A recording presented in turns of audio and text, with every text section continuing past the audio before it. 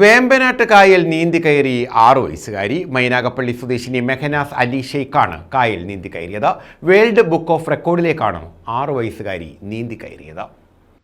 ആരങ്ങളിലെ ഓളപ്പരപ്പിൽ കൈയടക്കി നീന്തിക്കയറുകയാണ് ഒരു കൊച്ചുമിടുക്കി. കൊല്ലം ജില്ലയിലെ മൈനാഗപ്പള്ളി മുംതാസ് മനസ്സിലിൽ മെഹനാസ് ഷെയ്ഖ് അലി എന്ന 6 വയസ്സുകാരിയാണ് വേമ്പനാട്ട് കായൽ നീന്തിക്കയറിയത്. മൺട്രോത്തുരുത്തിൽ കല്ലടയാർ 15 മിനിറ്റ് കൊണ്ട് നീന്തിക്കയറിയ അനുഭവ സമ്പത്തുമായാണ് മെഹന വേമ്പനാട്ട് കായലിൽ നീന്താനിറങ്ങിയത്.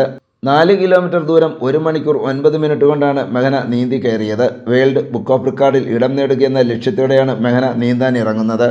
ഷെയ്ഖ് മുഹമ്മദ് മുംതാസ് ദമ്പതികളുടെ മകളായ മെഹന ബന്ധുക്കൾക്കൊപ്പം ഷോപ്പിങ്ങിന് പോകുന്നതിനിടയിൽ കണ്ട നീന്തൽ പരിശീലന ബോർഡാണ് മെഹനയെ നീന്തലിലേക്ക് ആകർഷിക്കുന്നതിന് കാരണമായത്.